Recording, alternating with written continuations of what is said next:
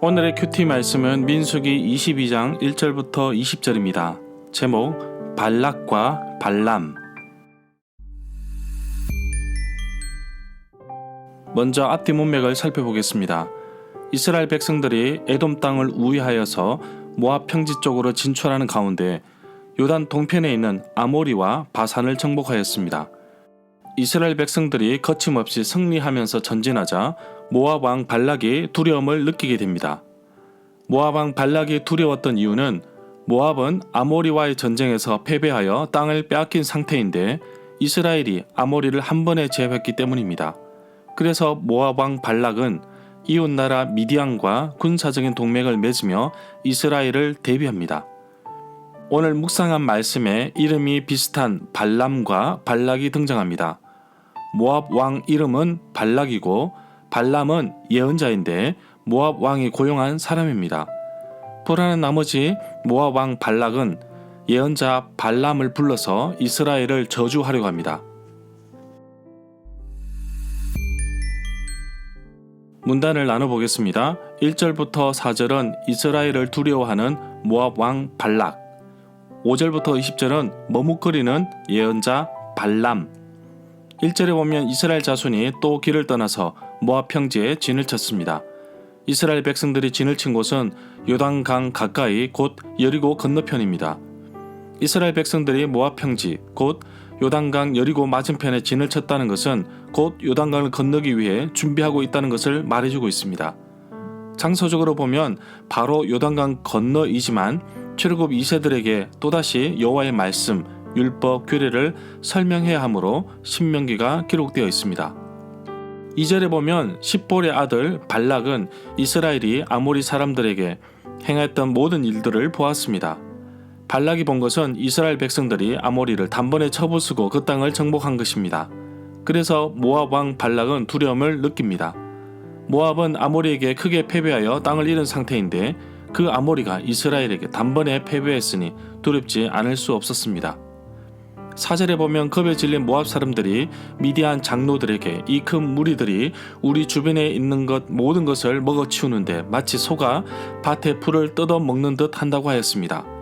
그때 십볼의 아들 발락은 모압 왕으로 있었습니다. 실제로 아모리처럼 모압에게는 공격하지 않았습니다. 그럼에도 불구하고 모압 사람들은 이스라엘 백성의 수에 민감하여 두려움을 느낍니다. 그리고 이미 미디안과 모압이 군사적인 동맹을 맺은 것으로 보입니다. 5절에 보면 발락은 버돌에 사는 브올의 아들 발람을 불러오르고 사신들을 발람의 고향인 강가 버돌로 보냈습니다. 그때 발람은 큰 강가 자기 백성의 자손들이 사는 브돌에 있었습니다. 모압 왕 발락이 말하였습니다. 한 백성이 애굽에서 나와서 온 땅을 덮고 있습니다. 드디어 우리 맞은편에까지 와서 자리를 잡았습니다. 브올의 아들 발람이 사는 고향 강은 바로 유브라데 강을 말합니다. 신명기 23장 4절에서는 메소포타미아의 브돌 사람의 브올의 아들 발람에게 뇌물을 주어서 이스라엘을 저주하게 하려고 하였다고 말하고 있습니다. 이 내용은 요수아 24장 9절과 느헤미야 13장 2절과 미가 6장 5절, 베드로서 2장 15절, 유다서 1장 11절, 요한계시록 2장 14절에도 나옵니다. 정리하면 모압 왕은 십볼의 아들 발락이고 예언자는 브돌 사람 브올의 아들 발람입니다. 6절에 보면 모압 왕 발락의 요구는 주술사 발람이 이스라엘에게 저주를 하여서 힘이 약하게 되면 그때 공격에서 이기겠다는 전략입니다.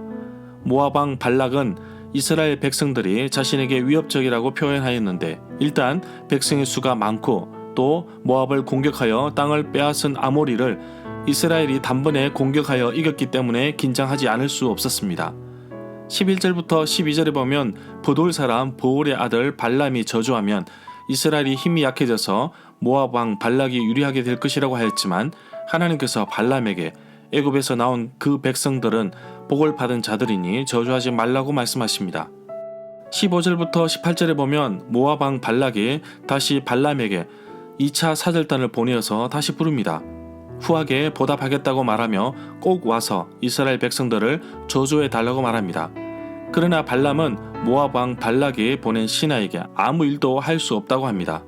20절에 보면 그날 밤 하나님께서 발람에게 오셔서 일어나 그들 발락이 보낸 신하들과 함께 가라고 하십니다. 그러나 하나님께서 하는 말만 하라고 하셨습니다.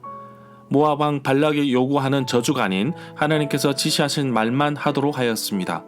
그러나 성경 여러 곳을 보면 발람은 돈을 받고 예언하며 이스라엘 백성들을 죄짓도록 하는 거짓 예언자로 묘사되고 있습니다.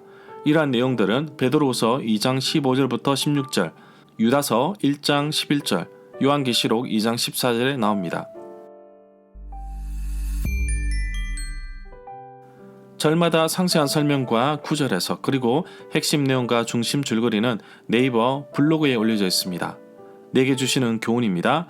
사실 이스라엘 백성들은 에돔을 공격하지 않고 우회하여 진행하였습니다. 에돔은 에서의 후손으로 이스라엘과 형제 나라이기 때문입니다. 그러나 요단 동편에 있는 헤스본 왕과 바산 왕을 무너뜨린 이스라엘을 보면서 모압 왕은 두려움에 떨 수밖에 없었습니다. 모압 왕 발락은 남이 잘 되는 것이 싫었던 것일까요? 그렇다고 이스라엘이 모압을 공격하지 않았습니다. 발락은 옳지 않은 방법으로 죄의 늪에 빠지고 맙니다. 그래서 성경은 그를 돈에 매수된 사람으로 표현하고 있습니다. 항상 어렵고 힘들 때 하나님이 내 편이 되어 달라고 기도하지 말고 먼저 내가 하나님 편에 서기를 원합니다. 오직 하나님의 말씀만 지시만 따르기를 원합니다.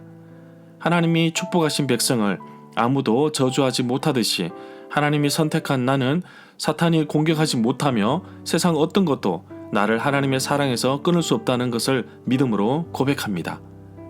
모압 왕 발락이 마치 백지 수표를 발람에게 준 것처럼 물질을 주면서 설득하려고 합니다. 만약 나에게 이러한 유혹이 온다면 뿌리치기가 쉽지 않을 것이라고 생각합니다.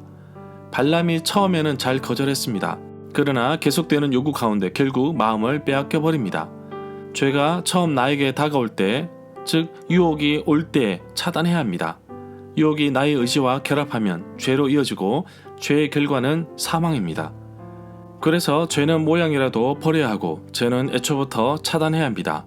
분명한 것은 하나님께서 축복하신 백성 사람은 아무도 저주할 수 없고 아무도 그 사랑에서 끊을 수 없다는 사실입니다.